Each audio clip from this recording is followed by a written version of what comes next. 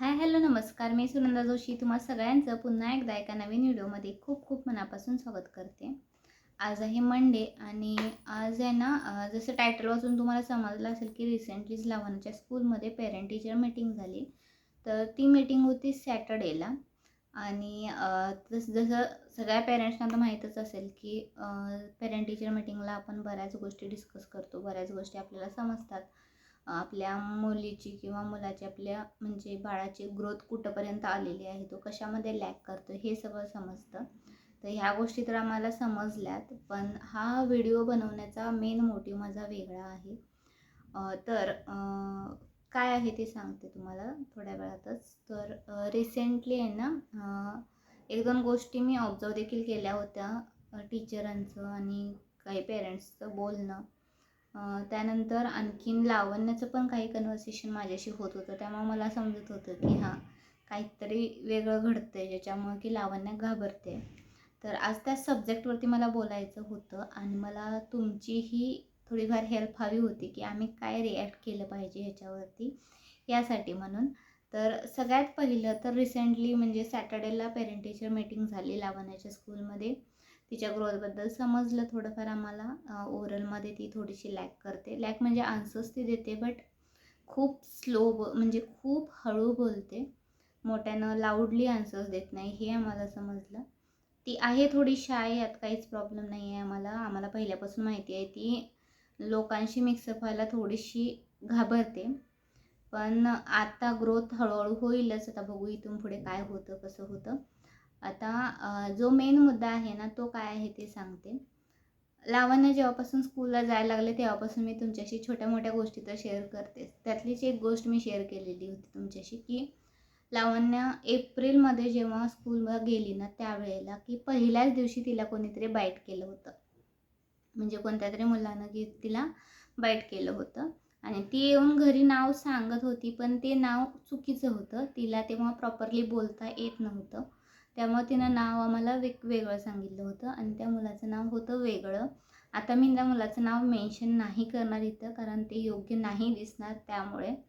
पण त्यावेळेला ते इग्नोर केलं. त्यानंतर एप्रिल महिना होता, ते 2 वीक डेली लावण्य येऊन घरी सांगायची की हे झालं, ते झालं, असं झालं, हा मारला, ते केलं. पण टीचरांना आम्ही सांगायचो आणि सोडून द्यायचो मॅटर, कारण ती दुसऱ्या दिवशी स्कूलला जायला तयार व्हायची नॉर्मली. सो आमच्यासाठी ते ओके होतं, म्हणजे ती घाबरत नाही आहे. फक्त असं केलं, लहान मुलं आहेत, एकत्र राहतात, होतं. एकमेकांना हात जरी लावलं तरी आपण घरी आल्यावर सांगतो त्यानं मारलं म्हणून, लहान मुलांचं असतं. असं करून आम्ही इग्नोर केलं एप्रिल मंथमध्ये. बट आता जून जुलै आणि आता चालू आहे ऑगस्ट महिना. सो जून जुलै ऑगस्ट या महिन्यामध्ये मी ऑब्झर्व केलं ते थोडंसं वेगळं होतं. म्हणजे जून महिना ती थोडं म्हणजे सांगत होती की तो मारतोय, तो कोचतोय. मग मी तिला सांगायची की तिनं जर असं केलं, त्या मुलानं जर असं केलं तर तू टीचरांना सांग, किंवा मग असं म्हणजे तू त्याला मारू नको, पण त्याला तू टीचरांना सांग किंवा तू काहीतरी रिॲक्शन दे त्याला. पण ती ओके म्हणायची, सोडून द्यायची. परत दुसऱ्या दिवशी येऊन तेच, मम्मा तो मारला. असं आठवड्यातून 2-4 वेळा 2-4 वेळा होतच होतं. आता हे झाले 2 ते 2.5 महिने होत होतं. नंतर जुलै महिन्याच्या स्टार्टिंगपासून अराऊंड मिडलपर्यंत ती डिरेक्टली स्कूलला जायला डिनाय करायला लागली. मग आम्हाला प्रश्न पडला की का नाही म्हणते. मग मी तिला विचारलं काय झालं. मॉर्निंगला उठायची, मामा स्कूलला नाही जायचं. तर का नाही जायचं, मला वेवांश मारतो. वेवांश हे नाव नाही आहे त्या मुलाचं, हे अगोदर सांगते. तिला नाव घेता येत नव्हतं त्यामुळे ती वेवांश म्हणायची. वेवांश नावाचा मुलगा तिच्या क्लासमध्ये कोणीच नाही आहे आणि आमच्या सोसायटीमधले पण 2-4 पेरेंट्स 2-4 मुलं आहेत स्कूलला जायला, त्यांची अजून तिला तेवढी ओळख नाही आहे. त्यामुळे त्या एका मुलाशी ती बोलायची, त्या म्हणजे बोलायची की माहिती नाही, पण तो मुलगा ह्याची कळ काढायचा. मग आम्हाला वाटायला लागलं की कदाचित ह्या दोघांची चांगली फ्रेंडशिप आहे, त्यामुळे हे एकमेकांना मारतात वगैरे कदाचित असेल. कदाचित ही त्याला मारत असेल असं वाटायचं मला. पण जेव्हा जेव्हा ती स्कूलला जायला डिनाय करायला लागली त्यानंतर मला थोडंसं वाटलं टीचरांशी बोलावं.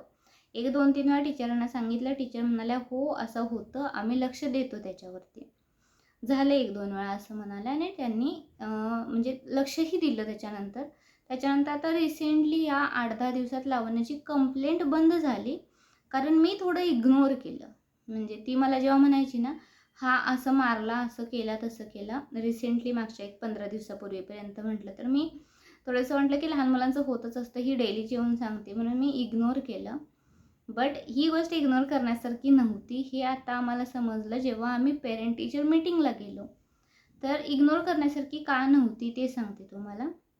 मी तुम्हाला आता एक मुद्दा सांगितला की लावण्य डिरेक्टली स्कूलला जायला डिनाय करत होती. कसंबसं तिला समजावून मी सांगितलेलं की जायचं स्कूलला, स्कूलमध्ये टीचर स्टार देतात, हे करतात, ते करतात, तुला कलरिंग आवडतं, कलरिंग करायला भेटतं. मग ती उत्साहानं जायची परत दुसऱ्या मॉर्निंगला. असं समजावलं, थोडं मोटिवेट केलं की जायची.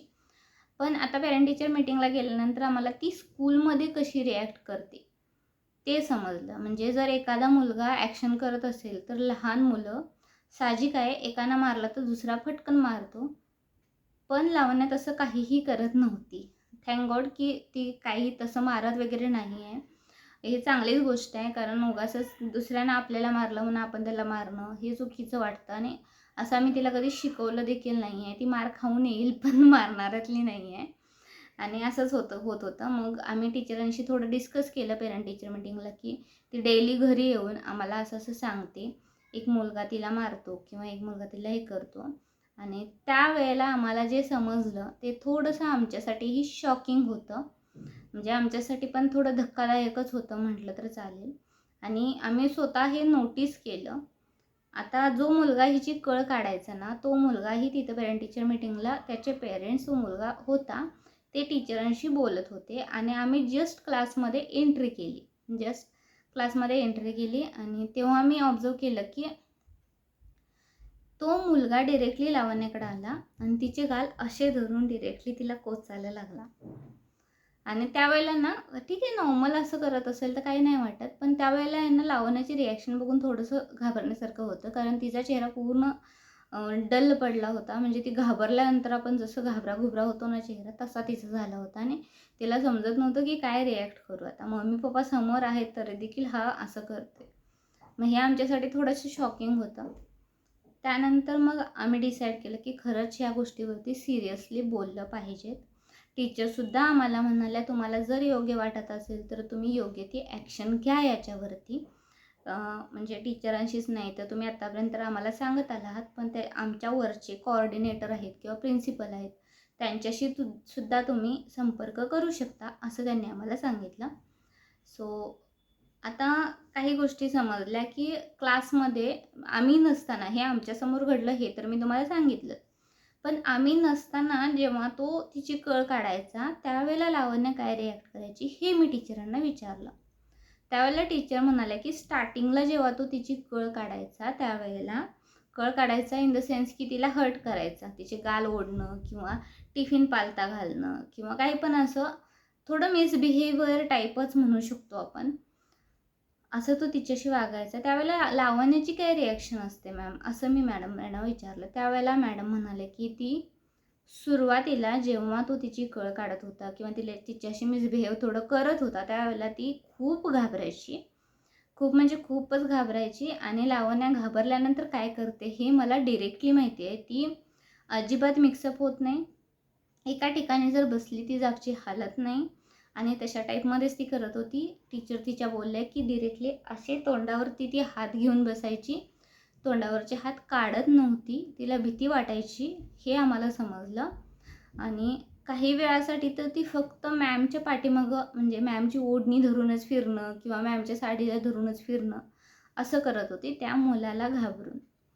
आता इथंपर्यंत जे मी तुम्हाला सांगितलं यावरून मला एक समजलं की जर या गोष्टीवरती काहीच ॲक्शन नाही घेतली तर कदाचित हा बिहेवियर त्या मुलाचा कंटिन्यू राहू शकतो. टीचर्स आम्हाला म्हणाल्या, आम्ही पूर्णपणे त्याला समजवण्याचा प्रयत्न करतो, बट तो समजून घेण्याच्या स्थितीमध्ये नाही आहे. त्या मुलाशी संबंधित एक दोन गोष्टी आम्हाला समजल्या, त्या मी आता व्हिडिओमध्ये तुमच्याशी नाही बोलू शकत कारण त्यांची प्रायव्हसी आहे, ते सुद्धा लक्षात घेणं खूप गरजेचं आहे. त्यामुळे मी आता नाही सांगू शकत तुम्हाला त्या गोष्टी. बट काही गोष्टी समजल्या which are not good. But असं जर असेल तर मला असं वाटतं की याच्यावरती काहीतरी ॲक्शन घेणं गरजेचं आहे, कारण हे लावण्यासाठी योग्य नाही आहे. आता लावण्याच्या स्कूलमध्ये जे आहे ते 30 ते 32 अराउंड 30 मुलं तरी आहेत, 25 to 30 मुलं आहेत. त्या मुलांपैकी एकमेव हा मुलगा आहे जो फक्त आणि फक्त लावण्याचीच कळ काढतो. बाकी ते 28-29 स्टुडंट्सना तो काहीही बोलत नाही, काहीही करत नाही. फक्त आणि फक्त लावण्याचीच कळ करतो. हे आम्हाला त्यांच्या टीचरांनी सांगितलं आणि हे आम्ही स्वतः बघितलं सुद्धा पेरेंट टीचर मीटिंगला. कारण आमच्या अगोदर 2-3 पेरेंट्स गेले होते, त्यांची मुलंही तिथं होती आणि तो मुलगाही तिथं होता. पण त्या मुलानं बाकी त्या मुलींशी किंवा त्या मुलं जी होती त्यांच्याशी काहीच कॉन्टॅक्ट केला नाही किंवा त्यांच्याजवळ गेलासुद्धा नव्हता. पण लावण्य क्लासमध्ये एंटर केल्या लगेचच तो तिच्याकडे आला आणि तिची गाल ओढायला लागला. हे आम्ही सुद्धा विटनेस केलेलंच आहे. आता हे सगळं जर ऑब्झर्व केलं तर आम्हाला असं वाटतं की काहीतरी ॲक्शन घेणं गरजेचं आहे. ॲटलिस्ट स्कूलमध्ये एक कंप्लेंट रजिस्टर करणं, कारण त्यांच्याही पेरेंट्सना समजलं पाहिजेत आपल्या मुलाला आपण कुठं अडवलं पाहिजेत, आपल्या मुलाला आपण काय सांगितलं पाहिजेत. कारण हे जर सतत चालू राहिलं तर कदाचित लावण्याच्या बिहेवियरवरती खूप परिणाम होऊ शकतो, असं मला तरी वाटतं.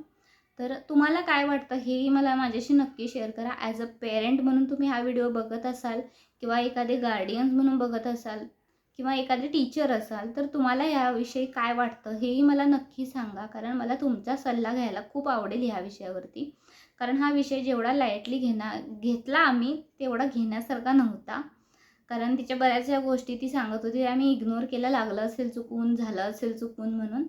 पण जेव्हा क्लासमध्ये गेलो, टीचरांशी बोललो, त्यावेळेला तिचा बिहेवियर जो क्लासमध्ये लावण्याचा आहे, म्हणजे जशी घाबरून ती राहते ते सगळं ऐकल्यानंतर मला तरी वाटतं की याच्यावरती काहीतरी स्ट्रिक्टली बोलणं गरजेचं होतं. आणि लहान मुलांची छोट्यात छोटी गोष्टही आपण इग्नोर नाही करू शकत जेव्हा ते स्कूलला जातात, हे मला कळलेलं आहे आता. कारण मी खूप हॅपी होते, कारण ती पहिल्या दिवसापासून स्कूलला जाते तेव्हापासून एकही दिवस ती रडली नाही, काही नाही. खूप छान रमली होती स्कूलमध्ये असं मला वाटत होतं. पण क्लासमध्ये ती घाबरते हे वगैरे माझ्या मनात देखील आलं नव्हतं. टीचरांनी आम्हाला सांगितलं. बट हां, आता तिच्यामध्ये सुद्धा इम्प्रूव्हमेंट आहे म्हणाले टीचर. कारण त्या मुलाला त्या खूप बाजूला बसवतात लावण्यापासून. तरी पण तो संधी साधून तिची कळ काढतोच. कारण रिसेंटलीच मागच्या वीकमध्येच काहीतरी थर्सडेला मी ऑब्झर्व केलं की लावण्याचे दोन्ही गाल लाल झाले होते आणि मी तिला विचारलं काय झालं, काय केलीस तू? म्हणून तेव्हा ती म्हणाली की हां, मला असं केला. म्हणजे तिला एक्झॅक्टली सांगता येत नव्हतं, ती असं केला म्हणून मला सांगत होती. सो हेच मला तुमच्याशी शेअर करायचं होतं. कारण ॲज अ पेरेंट म्हणून खूप साऱ्या गोष्टी आपण इग्नोर करतो लहान मुलांच्या. कदाचित मुलांच्यामध्ये होत असेल, मुलांच्यामध्ये काहीतरी इकडं तिकडं झालं तरी आपण क्लासमध्ये लहान मुलंच असतात, एकाच वयाचे आहेत, खोडकरपणा करतात म्हणून गोष्टी इग्नोर करतो. बट काही गोष्टी ज्या असतात त्या इग्नोर करण्यासारख्या नसतात. योग्य वेळी, योग्य ठिकाणी योग्य ती ॲक्शन घेणंही तितकंच गरजेचं असतं असं मला वाटतं. तर तुम्हाला काय वाटतं या विषयावरती हेही मला नक्की सांगा. आम्हाला स्कूलमध्ये मॅडमांशी बोलल्यानंतर मॅडमसुद्धा आम्हाला बोलले की जर तुम्हाला वाटत असेल तर तुम्ही एखादी नोटीस आम्हाला देऊ शकता, ज्याच्यावरती आम्ही त्यांच्या पेरेंट्सशी बोलू, त्यांच्या पेरेंट्सना समजावू असं त्यांनी आम्हाला सांगितलेलं आहे. सो बघू आम्ही या व्हिडिओच्या खाली किती कमेंट्स येतात हेही मी बघेन. कारण व्हिडिओज तर बघतात, जर 100 लोकांनी व्हिडिओ बघितला तर ॲटलिस्ट 20-25 कमेंट्स जरी मला पॉझिटिव्ह आल्या, म्हणजे याच्यावरती काय ॲक्शन घेतली पाहिजेत, नोटीस पाठवावी नाही पाठवावी, याच्यावरती मी थोडंफार डिसिजन घेईन. ऑलरेडी आम्ही नोटीस तर तयार केली आहे, पण अजून स्कूलमध्ये सबमिट नाही केले. कारण बघूया म्हटलं 1-2 दिवस मुलाचं त्या बिहेवियर काय चेंज होतं का, काय होतं. बट हां, या सगळ्या गोष्टीवरून एक समजलं की लहान मुलांची छोट्यात छोटी गोष्ट ही आपण इग्नोर नाही करू शकत. कारण 4 ते 5 तास आपल्यापासून मुलं लांब राहतात.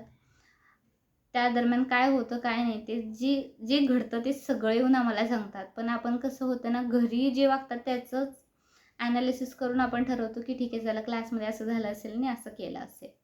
पण हे खूप चुकीचं आहे. टीचर स्वतः आम्हाला बोलल्या, ती खूप घाबरत होती. तिला खूप समजावले मी. त्यानंतर आता ती थोडीफार ॲक्टिव्ह म्हणण्यापेक्षा थोडीफार ब्रेव झालेली आहे. तसं बघितलं तर तिच्यातील पॉझिटिव्ह साईडसुद्धा थोडीफार बाहेर आलेली आहे म्हणाला या सगळ्या मॅटरमुळे. कारण ती आधी खूपच घाबरायची त्याला, पण आता ती त्याला थोडीशी कमी घाबरते. पण हा घरी आल्यानंतर मला तिचं डेली असतं, असं घडलं तसं घडलं, हा हे केला ते केला. त्या मुलाचं नाव इथं मेन्शन नाही करणार मी, कारण इट्स ओके, लहान मुलं आहेत, होऊन जातं असंच मी म्हणते. बट इग्नोर करणं चुकीचं आहे. त्याच्या पेरेंट्सनी थोडी काळजी घेणं गरजेचं आहे. कारण अशीच 28 मुलं त्या क्लासमध्ये शिकत आहेत, त्यांच्यावरती जर काही बॅड इफेक्ट झाला तर हे खूप डेंजरस आहे असं मला वाटतं.